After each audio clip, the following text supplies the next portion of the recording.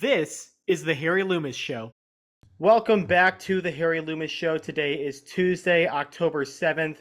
Today is opening day for the NHL. The Blues' opening day is still 2 days away.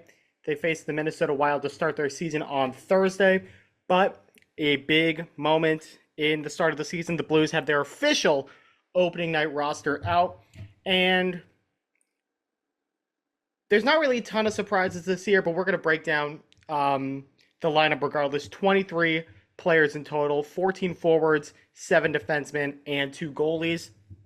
And for the most part, there's not a lot of surprises up top. The top line, Buchnevich, Thomas Snuggerud, wasn't a big surprise. Holloway, Suter, Kyrou, Neighbors, Shen, Bukestad, Walker, Sundqvist, and Toropchenko. Those 12 guys we kind of knew were going to be the main 12 on the forward core.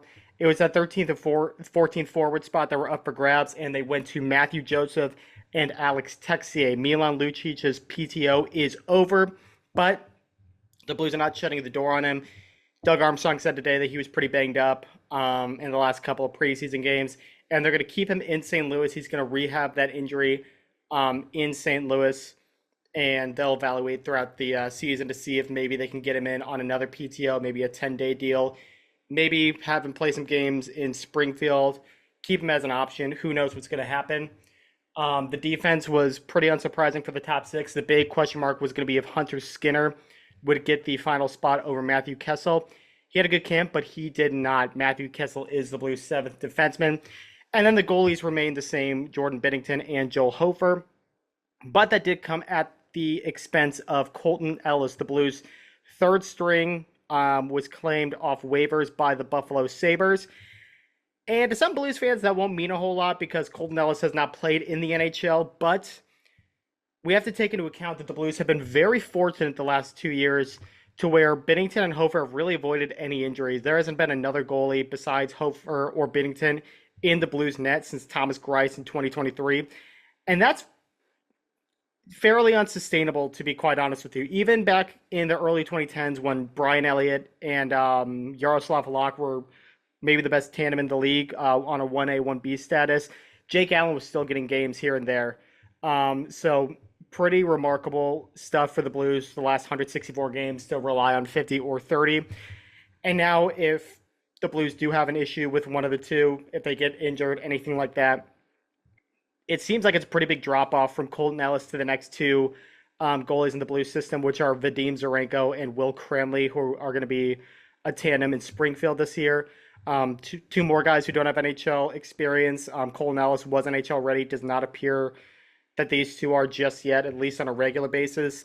So we'll have to continue to monitor that. Colton Ellis, who knows if he'll go back on waivers once Ukko-Pekka Luukkonen gets healthy for the Sabres. But I wish him well. Doug Armstrong said in the media today he was happy for him because he's earned it. Wasn't happy for the Blues because they lost a very solid goalie. So we'll continue to evaluate that. Now, as for what the lines are going to look like on Thursday when the Blues face the Wild, yesterday the Blues got hit with some pretty hard news. Oskar Sundqvist went down in practice, and Armstrong said it was a lower body injury, and he is out week to week, so he will not be in for the first game of the season. So I wrote down the lines, what I expected them to look like going into the season. With Sundqvist out, I assume Nick Bukestad would move into that 4th-line center role. That's kind of what I projected him playing to start when he signed the contract. But he's been playing a lot of time as a 3rd-line right wing. Matthew Joseph, I'm assuming, slots into the 3rd-line right wing role with Jake Neighbors.